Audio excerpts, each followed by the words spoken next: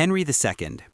Let's start with the first Plantagenet king, Henry II, the man who rebuilt England after years of chaos.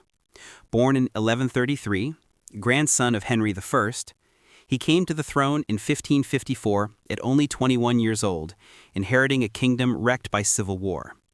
Within a decade, he ruled more French land than any other English monarch, so vast it stretched from Scotland's borders down to the Pyrenees, known as the Angevin Empire. Henry was a relentless reformer. He reorganized royal courts, sent traveling judges, and created the groundwork of common law, the ancestor of legal systems still used today. But his temper was as famous as his vision. His friendship with Thomas Becket, Archbishop of Canterbury, turned bitter when Henry tried to curb church privilege. Becket's murder in 1770 by knights who thought they were obeying the king stunned Europe and forced Henry into public repentance. At home, his own family rebelled. His wife, Eleanor of Aquitaine, and sons Richard and John all took up arms against him. When Henry died in 1889, heartbroken and exhausted, he left behind a powerful crown, a professional justice system, and a dynasty that would shape England for 300 years. Richard I, the Lionheart, Henry II's eldest surviving son, Richard I earned his name on the battlefield long before wearing the crown in 1189. Tall, athletic, and utterly fearless, he spent barely 6 months of his 10-year reign in England, but his legend traveled far beyond it. Richard poured England's treasury into the Third Crusade, assembling one of the most formidable armies of the age to recapture Jerusalem from Saladin. His campaigns carved his fame as a warrior king, though he never achieved that final goal. Richard's courage was unmatched, but his pragmatism often vanished behind pride. He sold offices, drained royal coffers, and taxed the realm heavily to fund his wars. Captured on his return by the Duke of Austria, he was ransomed for a breathtaking 150,000 marks, around 3 times the crown's annual income. England paid dearly so its absent king could go free. He died in 1199 from a crossbow wound in France, leaving no heir. Despite his short reign, Richard's mix of heroism and recklessness defined medieval chivalric ideals. To his people, he was the warrior god they'd imagined, even if he fought most of his battles far from home. John. Richard's brother John took the crown in 1199 and quickly earned one of history's worst reputations. Unlike his lion-hearted brother, John fought not crusades, but crises, mostly of his own making. Within 5 years, he lost Normandy and nearly all other French lands to King Philip II, shattering England's continental empire. Heavy taxes, favoritism, and constant quarrels alienated his barons in the church alike. In 1209, he was excommunicated by the Pope. By 1213, he had to submit and pay tribute to Rome to regain favor. 2 years later, rebellion brewed again at home. Cornered at Runnymede in 1215, John was forced to seal the Magna Carta, the charter demanding that even a king must obey law, a document later hailed as the seed of constitutional government. John's personality was secretive, suspicious, and vindictive. He micromanaged everything, yet trusted no one. When he died in 1216, likely from dysentery while retreating through flooded marshes, he left behind a nearly bankrupt kingdom, but also a turning point in English history, the moment absolute monarchy began to bend toward restraint. Henry III. When he became king in 1216, he was just 9 years old, inheriting a fractured realm and his father John's bitter legacy. England was bankrupt, divided, and partially occupied by French troops. As he matured, Henry rebuilt royal authority through patience more than warfare. He reissued the Magna Carta, restored stability, and reestablished the crown's finances. Yet his gentle nature and deep piety often clashed with the hard politics around him. Henry loved grandeur. He rebuilt Westminster Abbey into the early Gothic masterpiece we know today and filled his court with foreign relatives and artists. But favoritism fueled baronial anger. In 1258, nobles led by Simon de Montfort forced Henry to accept reforms limiting royal power. Civil war, known as the Second Barons' War, erupted. De Montfort famously summoned an early version of Parliament in 1265, expanding representation beyond nobles. Henry's son Edward crushed the rebellion, restoring royal control, but the idea of parliamentary governance had taken root. Henry III died in 1272 after the longest reign of any medieval English king, 56 years, a devout, often indecisive monarch whose love of peace and faith left England culturally richer and politically more self-aware. Edward I. Henry's son Edward, known as Longshanks for his height and Hammer of the Scots for his campaigns, brought fire and discipline to the Plantagenet name. Born in 1239, he came to the throne in 1272, determined to enforce order through law and might. He modernized England's administration, issuing the Statutes of Westminster and standardizing legal codes that refined common law. But Edward's legacy was forged in conquest. He subdued Wales, building massive stone castles like Caernarfon and Conwy, symbols of permanent English rule. Turning north, he sought to dominate Scotland, capturing the Stone of Destiny and defeating William Wallace's uprising, but never truly breaking Scottish resolve. Edward also reformed Parliament, embedding knights and burgesses alongside nobles, a key step toward the English parliamentary structure. Ruthless in war, yet practical in rule, he expelled the Jews in 1290, a dark mark on his otherwise ordered reign. When he died in 1307 on campaign against Scotland, he left England wealthier, more organized, and more powerful than it had been in centuries, a monarch feared by his enemies and deeply respected by his people. Edward II. When he took the throne in 1307, he inherited his father Edward I's conquests, but not his strength. Warm-hearted yet weak-willed, Edward preferred leisure, music, and companionship over governance. His close friendship, many said romantic attachment, with court favorite Piers Gaveston enraged nobles who saw the flamboyant Gascon as an arrogant outsider. They exiled Gaveston repeatedly, then executed him in 1312, deepening the king's resentment and isolation. Disaster struck at Bannockburn in 1314 when Edward's large army collapsed before Robert the Bruce's smaller Scottish force, ending England's bid to dominate Scotland. At home, famine, mismanagement, and his reliance on new favorites, the Despencer family, pushed barons into revolt, led by his own wife, Queen Isabella, and her ally, Roger Mortimer. Edward was forced to abdicate in 1327 in favor of his teenage son and was later murdered in captivity.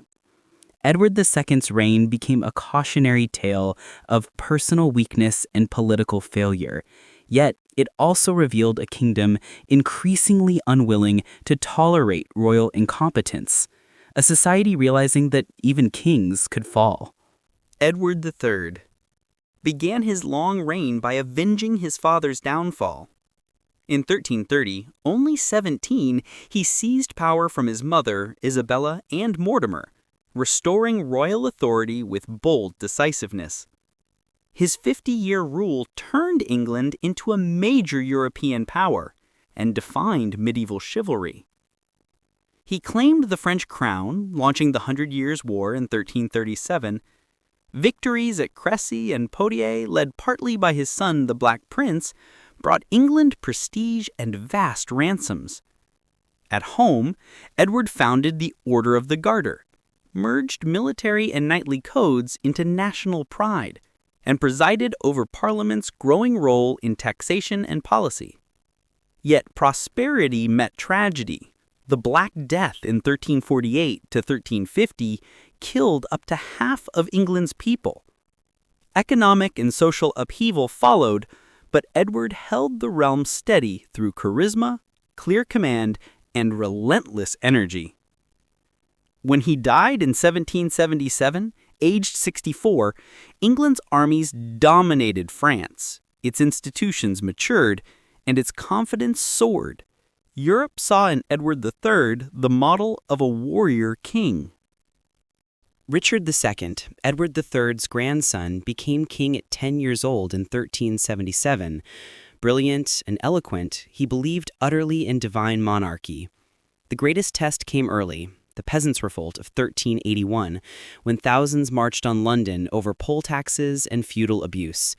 Young Richard faced them boldly, promising reform, and for a moment he seemed a born leader. But pride and suspicion hardened into tyranny. He punished critics ruthlessly, ignored advisors, and surrounded himself with loyal favorites. His costly pageantry and autocratic style alienated nobles, especially his cousin, Henry Bolingbroke. In 1399, while Richard campaigned in Ireland, Bolingbroke returned, claimed popular support, and seized the throne as Henry IV. Richard surrendered without battle and died in mysterious captivity the next year. His fall ended the direct line of Edward III and exposed how fragile absolute power could be. Richard II's reign bridged the world of medieval kingship and the beginnings of constitutional control, the pageant king whose dreams of majesty collapsed into revolution. Henry IV. When he seized the crown from Richard II in 1399, he became England's first Lancastrian king and the first monarch to win the throne by force since 1066. Born Henry of Bolingbroke, he was capable, devout, and pragmatic, but his reign opened a century of dynastic tension. Many saw him as a usurper. He survived numerous rebellions, including the Percy Revolt led by the fiery Hotspur, and constant threats from both Parliament and rival noble houses. Henry navigated crises by shrewd compromise. He expanded Parliament's role in taxation and spent much of his rule maintaining fragile legitimacy rather than conquering abroad. A devout Christian, he also pursued heretics, notably Lollards, to project order and faith. Yet chronic illness and guilt haunted his later years. By the time he died in 1413, worn and unwell, he had given England a rare victory, relative stability after regime change. He passed the crown peacefully to his warrior son, a sign his dynasty had taken hold. Henry V. If he secured the throne, Henry V glorified it. Crowned at 25 in 1413, he unified a fractious kingdom and reignited the Hundred Years' War with extraordinary precision. In 1415, at Agincourt, his smaller English force crushed a massive French army, roughly 6,000 versus 20,000, thanks to discipline, terrain, and the deadly longbow. The victory made him a European legend. Henry mastered image and administration alike. He spoke fluent French, enforced discipline among troops, and embraced a pious, almost crusading identity. The Treaty of Troyes in 1420 recognized him as heir to the French throne and regent of France. It seemed he had done the impossible, uniting the crowns of England and France under one king. But war and exhaustion caught him young. He died of dysentery in 1422, only 35 years old, leaving an infant son and an empire too large to hold. In death, he became the ideal medieval king, devout, victorious, and tragically short-lived. Henry VI. He inherited 2 kingdoms before he was 9 months old, England and France, but he possessed little of his father's fire. Gentle, scholarly, and deeply religious, Henry founded Eton College and King's College, Cambridge, yet ruled more like a monk than a monarch. His mildness turned dangerous as ambitious nobles filled the power vacuum. By the 1450s, England's French territories had collapsed. The empire Henry V built vanished. Domestic frustration erupted into the Wars of the Roses, pitting Henry's Lancastrian house against the Yorkists. Periods of catatonic mental collapse left governance to his formidable queen, Margaret of Anjou, whose defiance fueled civil war. Yorkist leader Edward IV deposed him in 1461. Henry was briefly restored in 1470 before being deposed again the following year and murdered in the Tower of London. Henry VI's tragedy lay not in tyranny, but in saintly weakness. His reign turned England from conquering power to fractured battlefield, and proved that virtue without strength could doom a dynasty. Edward IV. After years of chaos, he rose as the brilliant Yorkist warrior king who ended the Wars of the Roses, for a time. Crowned in 1461 at just 19, tall and charismatic, he was the first truly modern monarch, practical, image-conscious, and financially savvy. His victory at Towton, one of England's bloodiest battles, cemented his rule. Edward combined battlefield skill with administrative genius. He reinstated royal finances by promoting trade, especially through the wool industry, and curbed overmighty nobles by rewarding loyalty with precision. Yet his passionate secret marriage to Elizabeth Woodville, a commoner, shocked his allies and reignited old rivalries. The powerful Earl of Warwick, the kingmaker who had once put him on the throne, turned against him, briefly restoring Henry VI in 1470. Edward rebounded, crushed his enemies at Tewkesbury, and ruled securely until 1483. In peace, he built splendor, Windsor Castle's expansion, foreign alliances, and a new, disciplined court. When he died unexpectedly at 40, England was stable but vulnerable. His death reopened a deadly contest for succession that would destroy his own sons and dynasty's peace. Edward V. He was only 12 when his father's sudden death made him king in 1483. Idealistic and clever, he never ruled independently. His uncle, Richard of Gloucester, acted as Lord Protector, but soon declared the boy and his brother, Richard of Shrewsbury, illegitimate. Both princes disappeared inside the Tower of London, never seen again, sparking centuries of mystery and suspicion. Edward V's reign lasted barely 2 months, yet it became one of England's most haunting stories. His vanishing marked the death of innocence and trust in royal bloodlines, and exposed the ruthless ambition that lurked beneath medieval politics. Edward V never wore a crown, but his fate symbolized an age where family and power could not coexist. Richard III. To secure the throne after his nephew's disappearance, Richard III crowned himself in 1483. A skilled administrator and seasoned general, he ruled with energy, reforming courts, promoting legal aid for the poor, and standardizing local government. Yet whispers of regicide and tyranny shadowed him. His brief, turbulent reign was consumed by rebellion and propaganda, especially after Shakespeare later immortalized him as a hunchbacked villain. In 1485, at Bosworth Field, Richard faced the invading forces of Henry Tudor. Despite fighting fiercely and personally leading charges, he was slain in battle, the last English king to die on the battlefield. His death ended more than a reign. It ended the Plantagenet dynasty itself.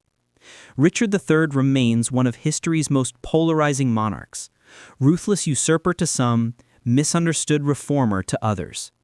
Yet his fall marked England's transition from the medieval world of knight kings to the early modern age of dynastic politics and national monarchy. Henry VII. When Henry VII defeated Richard III at Bosworth Field in 1485, he was a relatively unknown exile with a daring claim and became the founder of the Tudor dynasty. His victory ended 3 decades of dynastic civil war, uniting York and Lancaster through his marriage to Elizabeth of York, daughter of Edward IV. That union literally fused the red rose and white rose into the Tudor rose, a powerful symbol of reconciliation and stability. Henry was cautious, intelligent, and strategic rather than heroic. He rebuilt royal finances by reviving old feudal dues, regulating trade, and negotiating profitable alliances. By the time of his death, England's treasury held £1.5 million, an extraordinary recovery for a country drained by war. He established the court of Star Chamber to check corrupt nobles, and relied on talented administrators instead of battlefield nobles to maintain control. Suspicious of rivals, he crushed pretenders like Lambert Simnel and Perkin Warbeck, while fostering a new sense of orderly monarchy backed by bureaucracy and money, rather than charisma and war. When Henry VII died in 1509, he left behind a stable, solvent, and internationally respected kingdom, and a teenage heir, Henry VIII, who would transform that stability into power on a far grander stage. With him, the medieval world of the Plantagenets finally gave way to the Renaissance might of the Tudors.